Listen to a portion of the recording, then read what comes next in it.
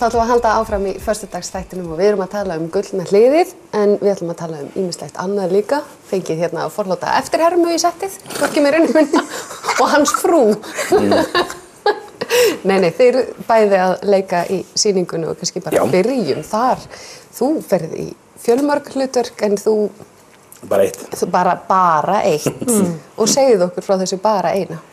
Já, ég leik sem þetta Jón, sem hérna Jón bóndi í Skjóðunni, samanber sálina Jóns míns og hérna sem þetta eiginmaður Kellingar sem að hún ákveður að þegar hann við dauðastýr þá bregður hún Skjóðunni fyrir vitans og hann andar sálina sér ofan í Skjóðunni og hún fer með hann nauðugan viljugan upp að henni gullna hliði til að reyna að bjarga sálans og þetta er svona frekar svona mikill ruddi þessi maður, hann er svona fyllibitta og hvað segir, hórkall og Guðnýðingur og hérna drykkjusvoli svona maður sem á ekki að ætti svona ekki samkvæmt formúlunni að komast inn fyrir hinn gullna hlið en þangað vill hún fá hann og þangað berjast þau í þessu verki.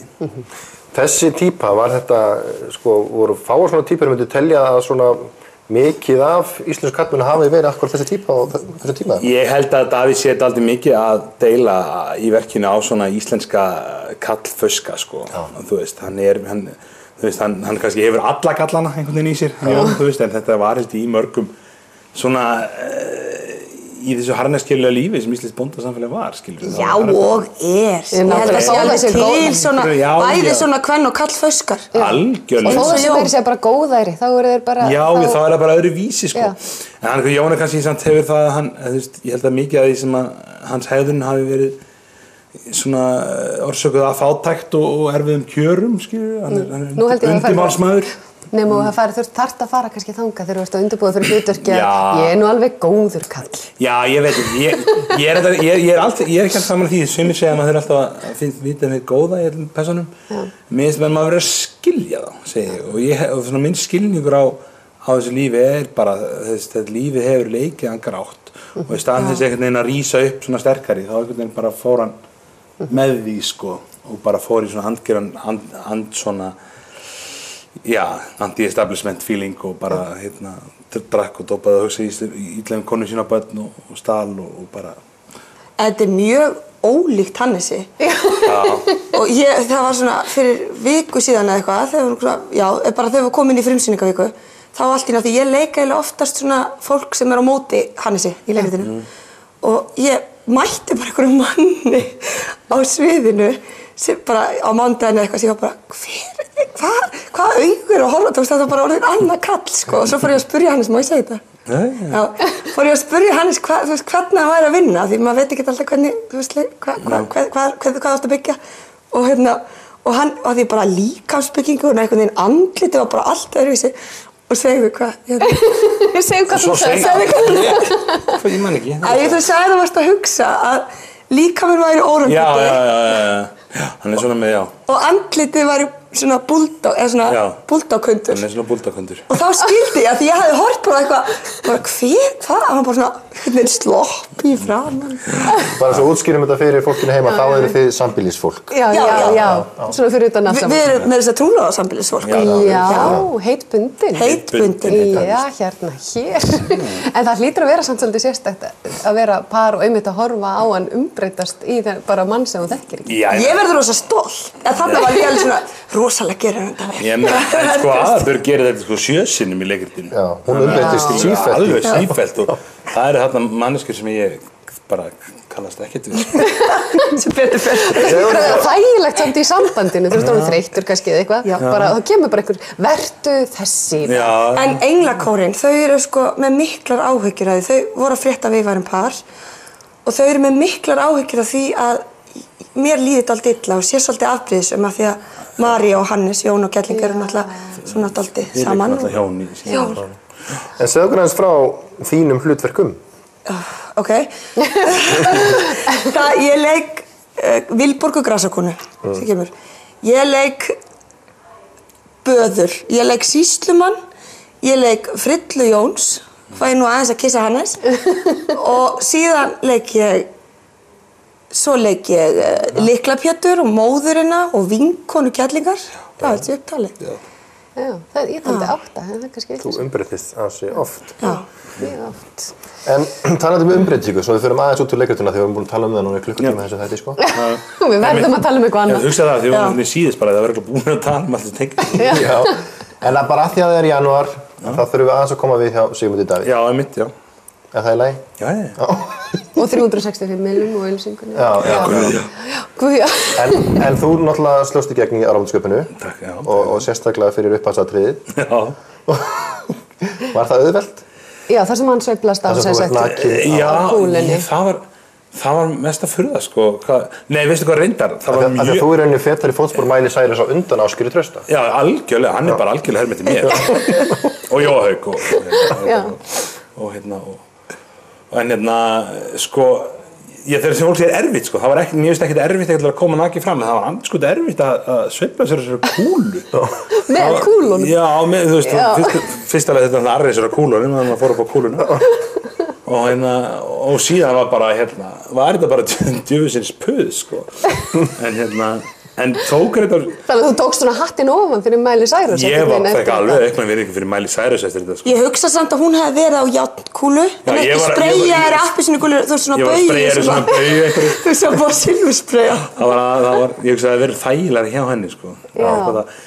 En þetta var það mér fyndið, sko. Þegar við tókum þetta upp, þetta er síðasta atriði sem við tekið upp í Sköpunni, eða síðasta daginn, aukadag, og ég þurfti að fljúga sérstaklega suður til að fara í þetta, þessar tökur og það var veðurteftur, það var ekki flogið eins og svo oft áður í vetur. Út af veðrinu í Reykjavík. Út af veðrinu í Reykjavík, tökum það fram. Þú ert orðin Akureyri í Grænfalli.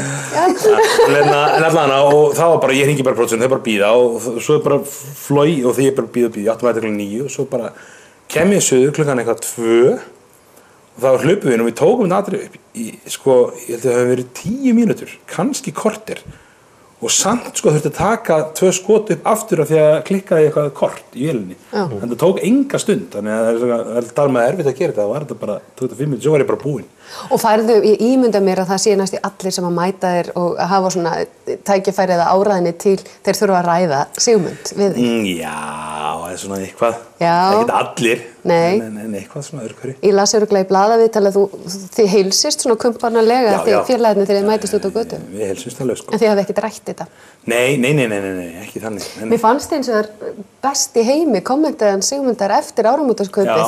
Það er nú eiginlega bara hrósti þín. Þá skrifaði hann ef ég man rétt að þú hlýtur að leika nákvæmlega vel því að þegar þú varst í ísatri, varst að borða ís og 2 ára dóttir Sigmundar sagði pabbi ís, ég er líka ís. Mér finnst það æðislegt. Það hlýtur að vera. Já, það var allan ákveðið hrós við það, sko. Ég held að það hafi líka verið ákveðið hrós á Sigmundi, sko, að segja það þess. Hann er nú búinn að kota þetta, hann er komið fyrir 4 ár, sko. Og fylgistu, sást hann vera eitthvað í speglinum? Já, ekki mikið núna, sko, en ég man eftir því þegar hann var í fyrsta sinn, þegar fórst í pröfu fyrir þetta. Já. Þegar við sátum, sko, var að leita á YouTube og bara, það er svo erfitt að finna eitthvað á YouTube með honum og varst að prófa, vorum að rannsaka, sko, röddina, hvar hún liggur og svona.